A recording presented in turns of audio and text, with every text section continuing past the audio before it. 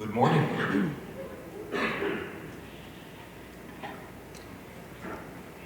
I handed Linda the microphone first, so Linda's the one we're going to start with. Good morning.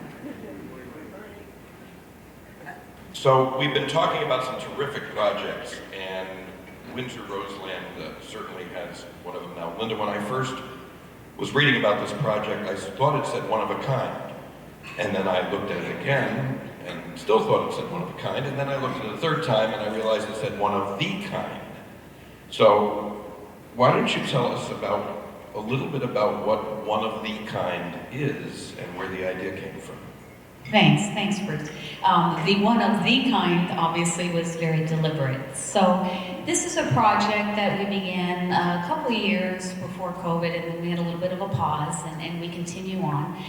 And the program is centered around helping young people identify and conduct acts of kindness, either in their school or in their community. So what we do is we offer students in grade school, so that would be kindergarten, JK to grade 8, and actually this year we've expanded to the high school area, and they fill out a one-page application, and they talk amongst themselves. There's groups of students. Sometimes they have clubs in their school, sometimes it's just groups of students, and they send us an application just with an act of kindness that they would like to do either in their school or in their community.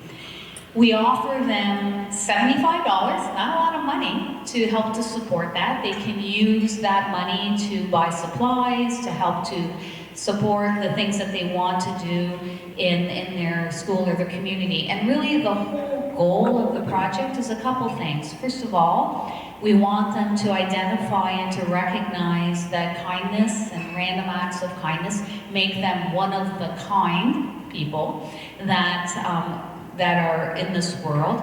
And they also recognize that it doesn't take a lot of money. It doesn't take a lot to do acts of kindness.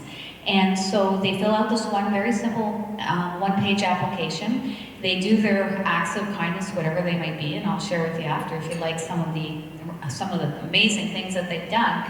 And then after they do that, we just ask them to send a little report in. And we ask them 3 questions. What did you do? How did it make you feel? Because we know kind acts not only impact the receiver, but also the person who did the kind act. And what did you learn? And it's wonderful. So many times the students just love to do videos, right? Because that's what they're into. So they'll send us a video of their acts of kindness, and then they'll be able to basically do a report and send it to us. And then we make a big deal of it. We have a certificate, one of the kind, we put their names on it, we go out to the schools. It might be the end of the school year assembly, it might be into their classrooms, and we make a really big deal about the fact that they are now one of the kind. Terrific program. Any intention to expand this to adults? Well, just wondering. How many kids participate in the program right now? Well, it's interesting. This year we've had, and in the past as well, we've had 12 or 13 applications, and from the schools, and it could be the whole classroom. It could be a particular club. For example, we had, last year we had, if you can picture this, junior kindergarten kids who used the $75 to go out and buy plants and dirt and pots, and we had pictures, and they got together in their classroom and they planted, they made a plant in a pot, and then they, along with their teachers and the workers at the school, they actually then went around to the houses in the neighborhoods and knocked on the door so that they could share these potted plants with their neighbors, so that they could get to feel a sense of community. We've had a school who had a good vibes club, and what they did was they used the materials, or the money, to buy materials like a mirror and Post-it notes and those really cool Taylor Swift type bracelets. And every class in the school came into the Good Vibes Day, and they went around at different stations in the gym, and they wrote on Post-it notes positive affirmations for their friends. They held up a mirror and talked to themselves in a positive way. They made bracelets that they could hand out to other people, and then some of the groups actually made those positive vibe bracelets and gave it to the pediatric patients at one of the local hospitals. Amazing, great project. Thank you very much.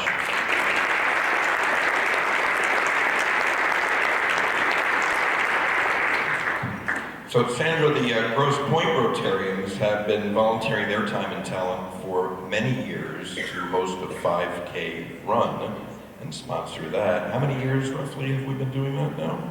Well, it's actually, the project is actually 46 years old. Wow. Now, Grosse Pointe, our club has not been hosting it all that time. The city actually initiated the event, and they were considering stopping the event, and Grosse Pointe Rotary Club had the opportunity to raise our hand and say, we'll continue it. We were a small club, only about 6 years old at the time, and someone probably envisioned what we could do with the work, and so we've been doing it and going on 26 years now. Amazing, great.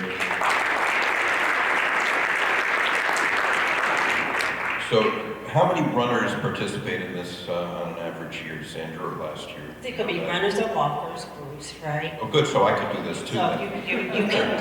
Excellent. You can do this, Bruce. You can do it. We have on average 425 participants annually for the event. So what does it entail for the club to run this event? What do you do? Dude, I'm sorry. It's so much work, but we have a fabulous club. Everyone does what they can do. Did you say dude? I did say dude.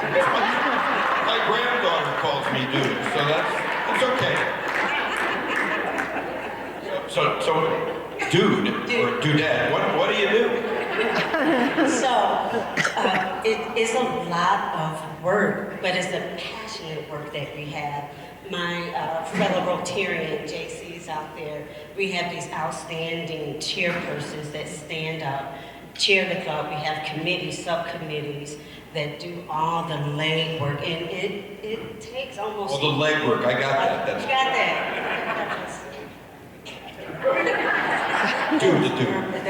Do that. So we have, at least now on the day of the event, people will work their vacation schedules, their work schedules if they can, the best that they can if they're able.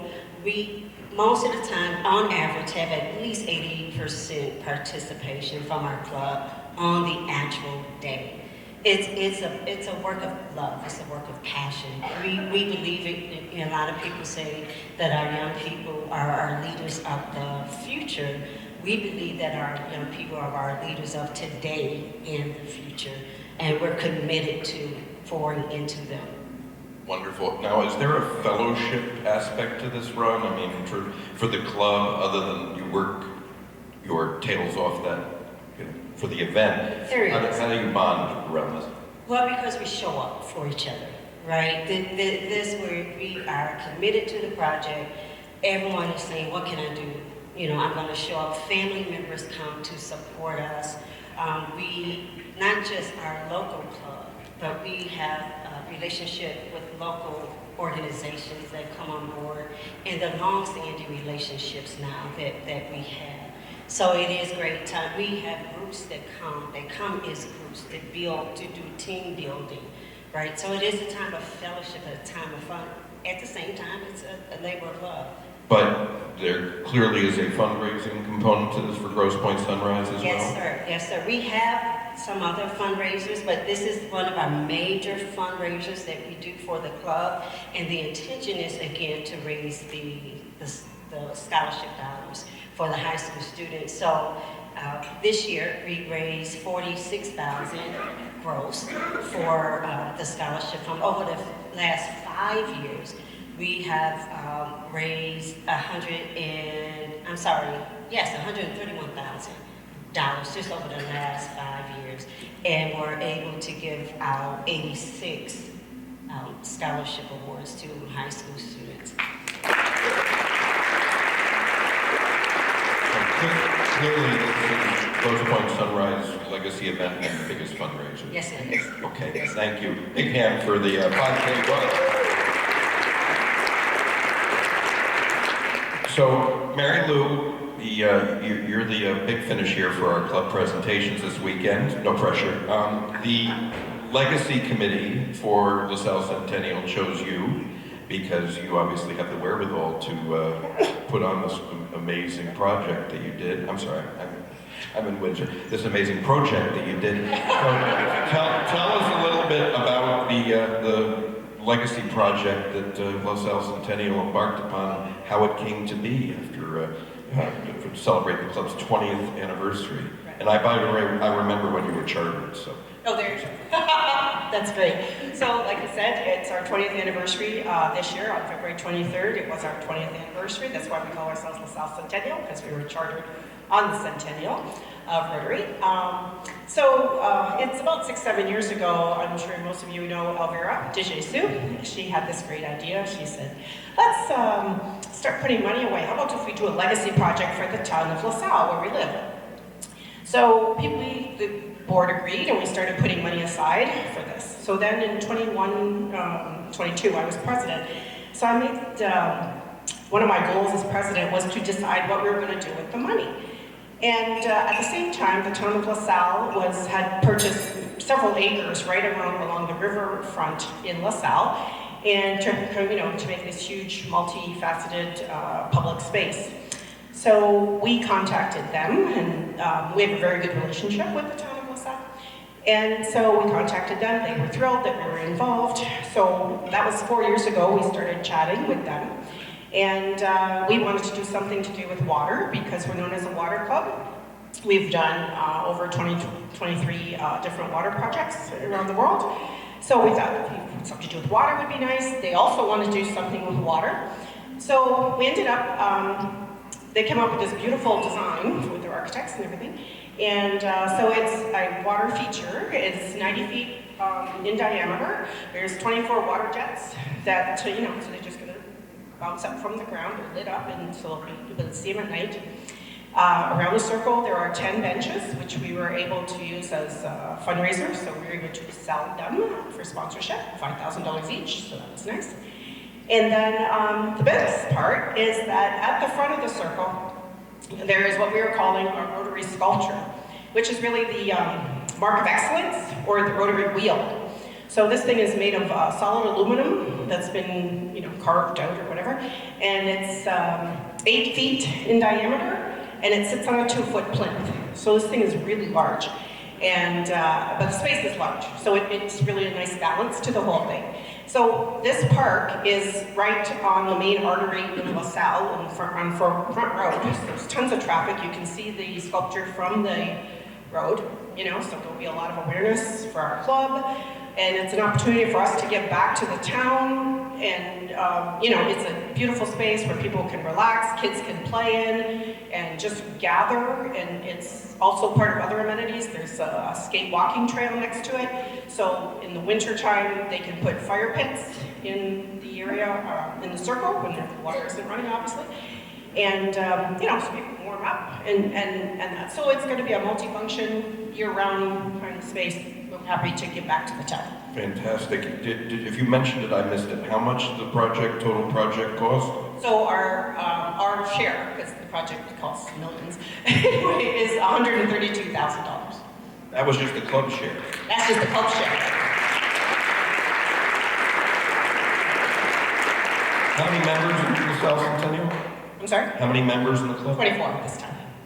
So if you think your club is too small to be able to do a project like this, you're not correct. You could do that. So, wonderful. Thank you. Please give a big hand to our 3 panelists this morning. Thank you. Thank you all.